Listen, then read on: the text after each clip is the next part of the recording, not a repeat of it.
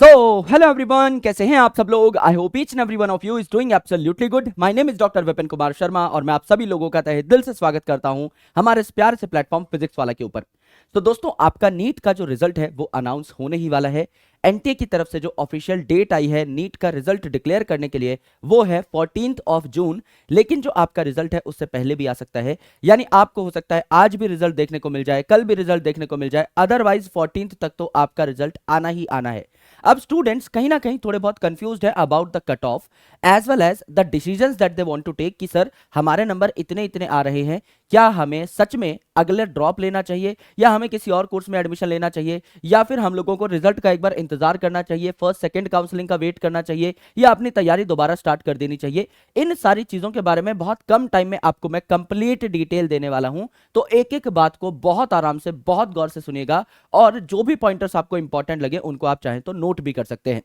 सो दोस्तों, जैसा मैंने आपको बताया कि ऑफिशियल टेंटेटिव डेट जो है जो एनटीए से आई है नीट के रिजल्ट की वो है 14 जून। लेकिन रिजल्ट आपका आज कल परसों कभी भी आ सकता है, यानी 14 जून से पहले भी आ सकता है।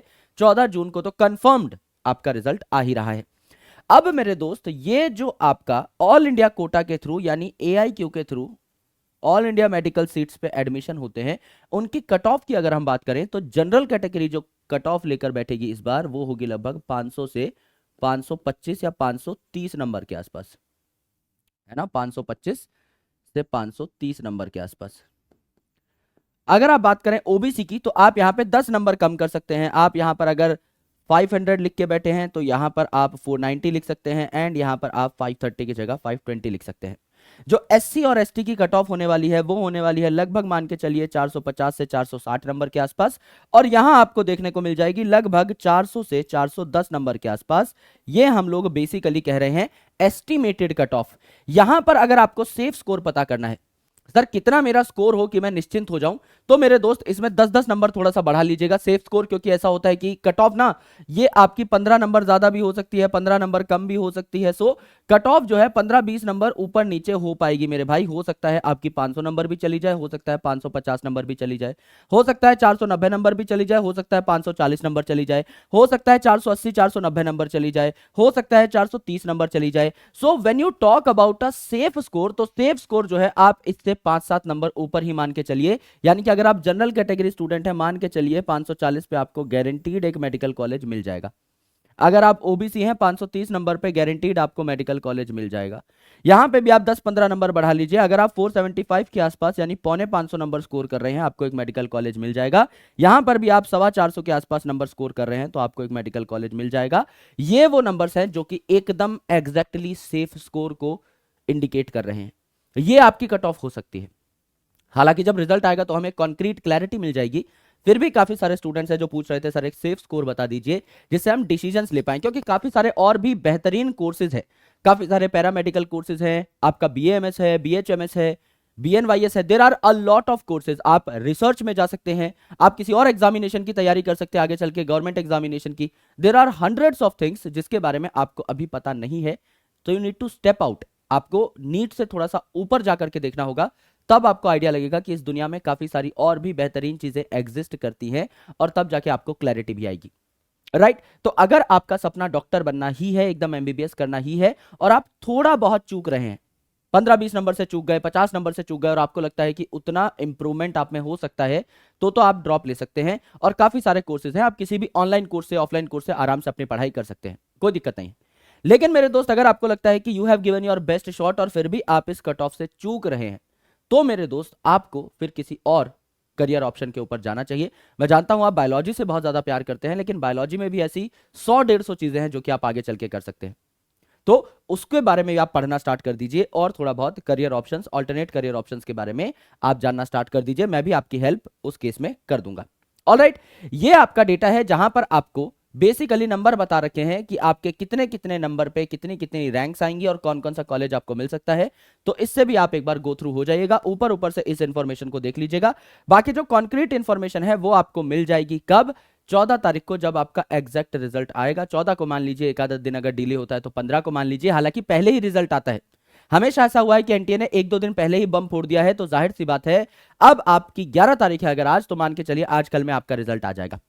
और रिजल्ट आ जाएगा तो हमको भी क्लैरिटी आ जाएगी, हम भी आपको अच्छे तरीके से गाइड कर पाएंगे कि भैया आपके कितने नंबर आए हैं, तो आप इतना इतना एक तरीके से अपने दिमाग में नोशन बना सकते हैं। फॉर एग्जाम्पल समझ लीजिए आपके 500 नंबर आए हैं और कट ऑफ जाती है 530 ऑफ फर्स्ट काउंसलिंग राउंड, तो ऑल इंडिया कोटा की फर्स्ट काउंसलिंग में 530 नंबर पे सीट मिलेगी। तो जाहिर सी बात है जब आपका सेकंड काउंसलिंग राउंड होगा या आगे चल के मॉप अप राउंड्स होंगे तो 500 नंबर तक सीट मिलने के चांसेस रहेंगे। ये जो नंबर्स हैं higher numbers, they are for first counselling. इसके बाद सेकंड काउंसलिंग भी होगी और फर्दर काउंसलिंग राउंड्स भी होते हैं अगर सीट्स वैकेंट रह जाती हैं अलग अलग कॉलेजेस में, तो इससे कम नंबर पे भी आपको सीट मिलने की संभावना होगी। तो एग्जैक्ट क्लैरिटी के लिए हमें नीट का वेट करना होगा, लेकिन अगर आपके इतने इतने नंबर आ रहे हैं देन यू आर सेफ, आप निश्चिंत हो जाइए। अगर आपके इन नंबर से जो लोअर नंबर्स हैं इनसे भी कम नंबर आ रहे हैं तो आपको अभी थोड़ा सा सोचना पड़ेगा कि आपको दोबारा तैयारी करनी है या किसी और करियर ऑप्शन में जाना है। और अगर आपको एमबीबीएस ही करनी है तो तैयारी स्टार्ट कर दीजिए, चाहे लास्ट ईयर के आपके जो भी नोट्स थे उनको पढ़ना स्टार्ट कर दीजिए, लेकिन कंटेंट के थ्रू गुजरते रहिए। ऐसा नहीं है कि बहुत ज्यादा गैप हो जाए, 1 1.5 2 महीने 3 महीने का गैप हो जाए तो बाद में चीजों को रिटेन करना बहुत मुश्किल हो जाता है। आपको एकदम जीरो से एब्सोल्यूट स्क्रैच से ही फिर पढ़ाई स्टार्ट करनी पड़ती है, जो कि बहुत डिफिकल्ट टास्क है। इसीलिए मेरी आपसे रिक्वेस्ट है कि आप किताबों के साथ दोस्ती यारी अभी रखें। अगर आप इस लोअर नंबर से भी कम ब्रैकेट में आ रहे हैं तो लेट्स से आप जनरल कैटेगरी स्टूडेंट है और आपके 480 नंबर आ रहे हैं, तो अभी खुश मत होइएगा, अभी पढ़ाई करते रहिए। सिमिलरली अगर आप ओबीसी स्टूडेंट है, 470 465 475 नंबर आ रहे हैं, अभी पढ़ाई करते रहिए।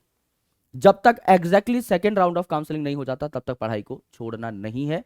चाहे 1% भी होप हो उसके साथ पढ़ाई करना कोई बुरी बात नहीं है। थोड़ा बहुत किताबों से दोस्ती यारी रखिए और अपना काम टाइमली करते रहिए।